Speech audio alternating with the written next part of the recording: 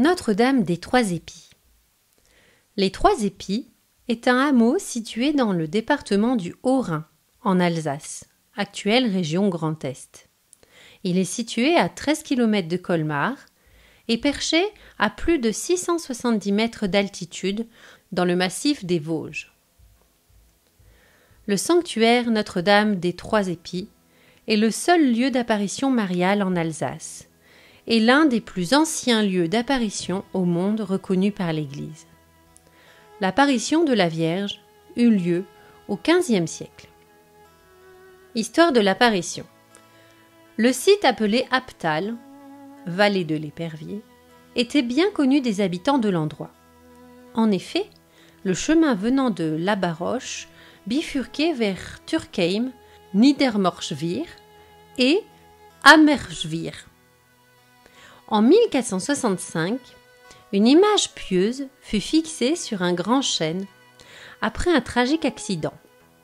Un paysan qui s'était gravement blessé avec sa faux fut retrouvé mort, faute d'avoir pu être secouru. Ce lieu fut appelé la place de l'homme mort. Nous sommes le 3 mai 1491. Un forgeron d'Orbay, Thierry Chouéré, se rendait au marché de Niedermorschwihr, près de Colmar. Comme il passait devant un chêne, il aperçut une image sainte déposée là, selon la coutume de cette époque, et destinée à inviter les passants à prier pour un homme qui venait de rendre l'âme en ce lieu quelques jours auparavant. Il était environ 10 heures du matin. Descendant de son cheval, Thierry Chouéré s'agenouilla devant la pieuse image et commença à prier avec ferveur pour le repos de l'âme du malheureux paysan. Quand, soudain, il fut ébloui par un éclatant rayon lumineux, au milieu duquel apparut une forme délicate et vaporeuse. C'était la Vierge Marie, enveloppée de longs voiles blancs transparents. La Vierge Marie tenait 3 épis en sa main droite et un petit glaçon dans la main gauche. La Vierge dit avec une grande douceur à Thierry : « Relève-toi, brave homme, et écoute. Vois ces épis.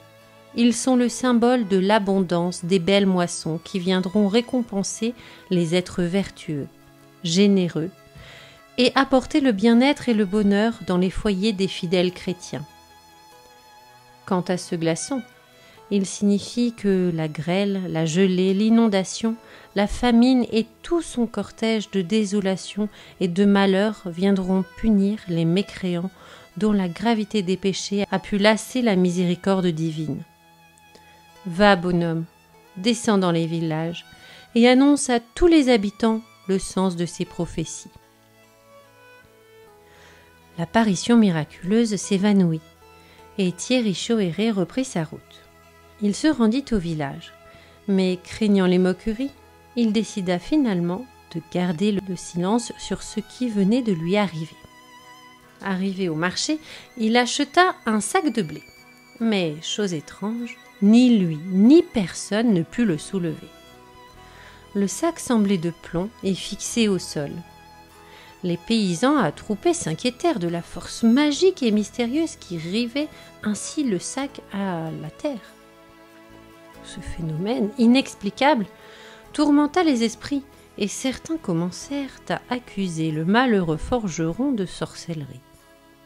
Alors Thierry Chouéré comprit le sens de cet avertissement.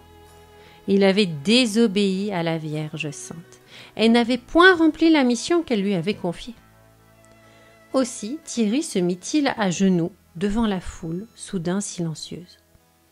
Il demanda pardon à Notre-Dame et, remplissant enfin sa mission sacrée, raconta aux habitants attentifs la céleste apparition. Il expliqua le symbolisme du glaçon et des 3 épis. Stupéfaits, admiratifs, les habitants écoutaient respectueusement le récit. L'assistance fut profondément émue et personne ne mit en doute la sincérité de l'honnête forgeron d'Orbay. Même les incrédules furent conquis.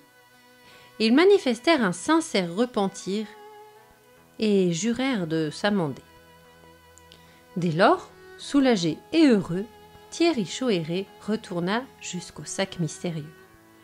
Curieusement, à peine avait-il saisi le lourd sac de blé qu'il le souleva sans effort et le chargea aussitôt sur son cheval. Après quoi, au milieu des transports de joie de l'assistance, Thierry Chauhéret, le messager de la Vierge, s'en retourna joyeusement vers son village natal. Après l'apparition. À l'endroit de l'apparition, les habitants édifièrent en 1493 une petite chapelle en bois qui fut bénie en 1495 par Nicolas Frissus, évêque coadjuteur de Bâle. Au XVIe siècle, le pèlerinage connut un grand essor et une nouvelle chapelle fut construite en pierre. Elle fut plusieurs fois agrandie afin d'accueillir les fidèles. Détruite durant la guerre de 30 ans, une nouvelle chapelle fut érigée avec à ses côtés, à partir de 1650, un couvent qui hébergea un grand nombre de communautés religieuses.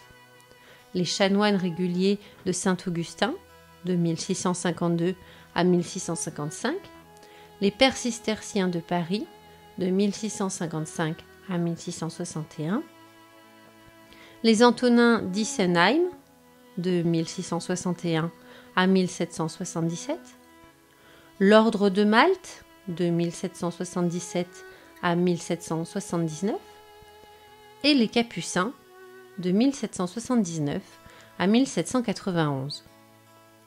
Fermé pendant la Révolution, le sanctuaire fut rendu au culte en 1804. Le 20 juin 1940, les Allemands firent fermer le Juvenat.